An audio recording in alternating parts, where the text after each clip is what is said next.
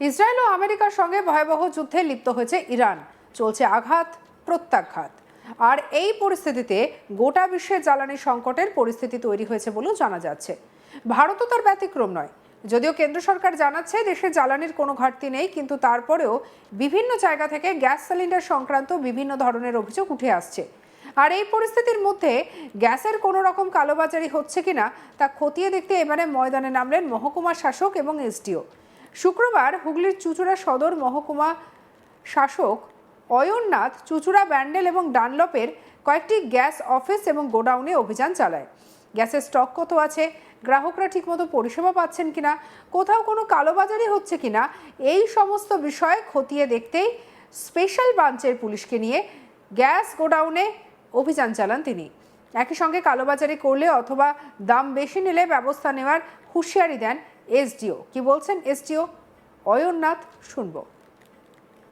এখন একটু সাপ্লাই বিঘ্নিত হয়েছে, একটু শর্টেজ আছে, কিন্তু ওনারা চেষ্টা করছেন যে যারা আগে বুকিং করেছে তাদেরকে যাতে সাপ্লাইটা দিতে পারে। কালোবাজারি যে বিষয়টা এই সময় ক্রাইসিস হলে হয়, সেটার দিকে সেরকম কোনো অভিযোগ আমরা এখনো পর্যন্ত পাইনি। তো আমরা ডিএম স্যারের নির্দেশে ওই জন্য আমরা গোডাউনগুলো ভিজিট করছি এবং সাপ্লাই লাইনটা কীরকমভাবে আছে সেটা জানার চেষ্টা করছি।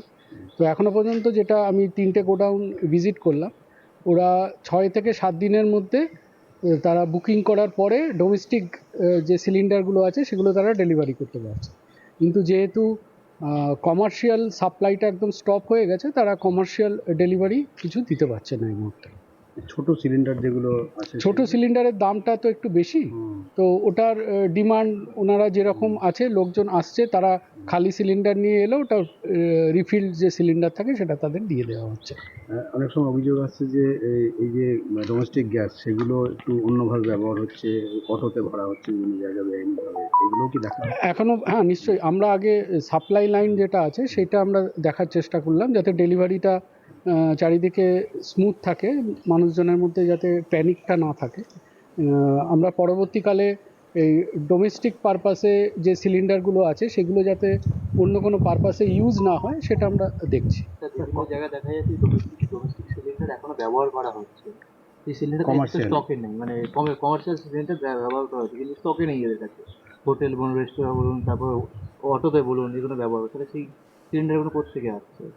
না, এবার সেটা তো ওখানে না গেলে, তাদের সাথে কথা না বললে আমরা তো বুঝতে পারবো না, কিন্তু এইরকম এখনও আমরা কোনো লিখিত কোনো অভিযোগ পাইনি। অভিযোগ পেলে নিশ্চয়ই আমরা খতিয়ে দেবো। কমার্শিয়াল গ্যাস কিরকম স্টক রয়েছে গোডাউনগুলোতে? না, কমার্শিয়াল গ্যাস এখন সাপ্লাই সেরকম নেই, ওদের স্টকও নেই। মানে শুধু এমার্জেন্সি পারপাস, যে হাসপাতাল। হ্যাঁ, সেটা একটা গোডাউনে আমরা দেখলাম, যেখানে ওই আজকে বোধহয় 48টা কমার্শিয়াল সিলিন্ডার এসছে, কিন্তু সেটা তারা পুরোপুরি যেগুলো এসেন্সিয়াল সার্ভিসেস আছে, আমাদের জেল, হসপিটাল, সেইগুলোর ক্ষেত্রে তারা সেগুলো রেখে দিয়েছে, সেখানেই তারা ডেলিভারি দেবে। দাম কি সরকার নির্ধারিত? একদম, যা সরকারি নির্ধারিত যা দাম আছে সেটাই নেওয়া হচ্ছে। যদি কোনো অভিযোগ পাই আমরা সত্ত্বেও সেখানে অ্যাকশন নেওয়া হবে। স্যার, গ্রাহকদের মনে একটা প্যানিক সৃষ্টি হয়েছে, কিছু বলবেন? না, দেখুন, এখন আমি যেটা গোডাউন দেখলাম, ওনাদের সাপ্লাইটা নর্মাল সময় যেরকম থাকেন সেই রকম হয়তো নেই, কিন্তু সাপ্লাই আছে। তো সুতরাং এটাই বলার যে মানে প্যানিক হয়ে আলাদা করে সিলিন্ডার মজুদ রাখার সেরকম প্রয়োজন কিন্তু নেই। বুক করলে সেটা তারা 6 থেকে 7 দিনের মধ্যে, এখনো পর্যন্ত যা দেখলাম 1 সপ্তাহ কি 6 থেকে 7 দিনের মধ্যে তারা ডেলিভারি পেয়ে যাচ্ছে। বুকিং নিয়েও তো সমস্যা উঠছে। হ্যাঁ, যেহেতু একসাথে সবাই বুকিং করতে যাচ্ছে, আমি একটা জায়গায় দেখলাম নর্মালি তারা 1000 মতো ডেইলি বুকিং হয়, সেখানে 4000 বুকিং হচ্ছে। তো এক লপ্তে 4 টাইমস বেড়ে গেছে। তো তার ফলে চারিদিক থেকে যেহেতু এটা হচ্ছে, সার্ভারের উপর একটু চাপ পড়েছে। তো ওনারা যেটা বললেন যে আস্তে আস্তে এই সমস্যা মিটে যাবে। এদিকে পরিদর্শনের পর এসডিও সন্তুষ্ট বলে জানাচ্ছেন একটি গ্যাস সিলিন্ডার ডিলার অফিসের ম্যানেজার। কি বলছেন অভিজিৎ দত্ত, শুনবো। এসেছিলেন, আমাদের এখানে গোডাউনটাই চেক করলেন, এখানে কি স্টক আছে, আজকে কি গ্যাস এসছে, কিরমভাবে আমরা ডেলিভারি করছি, আমাদের নানান পুলারের সঙ্গে কথা বললেন। হ্যাঁ, উনি মোটামুটি সন্তুষ্ট যে আমরা যেভাবে কাজ করছি বা করছি, সমস্ত আমাদের খাতাপত্র দেখলেন, উনি স্যাটিসফাইড, এখানে ঠিকঠাক কাজ হচ্ছে। এই সমস্যা সৃষ্টি হওয়ার পর থেকে আপনাদের কি সমস্যা হচ্ছে? আমাদের সমস্যা হচ্ছে ঠিকমতো গাড়ি আসছে না, যেটা 3টে গাড়ি আছে 2টো গাড়ি আছে সেই হিসাবে একটা করে গাড়ি আসছে, ছেলেরা গ্যাস পাচ্ছে না, কুলাররা গ্যাস না পেলে তো সাপ্লাই করবে না।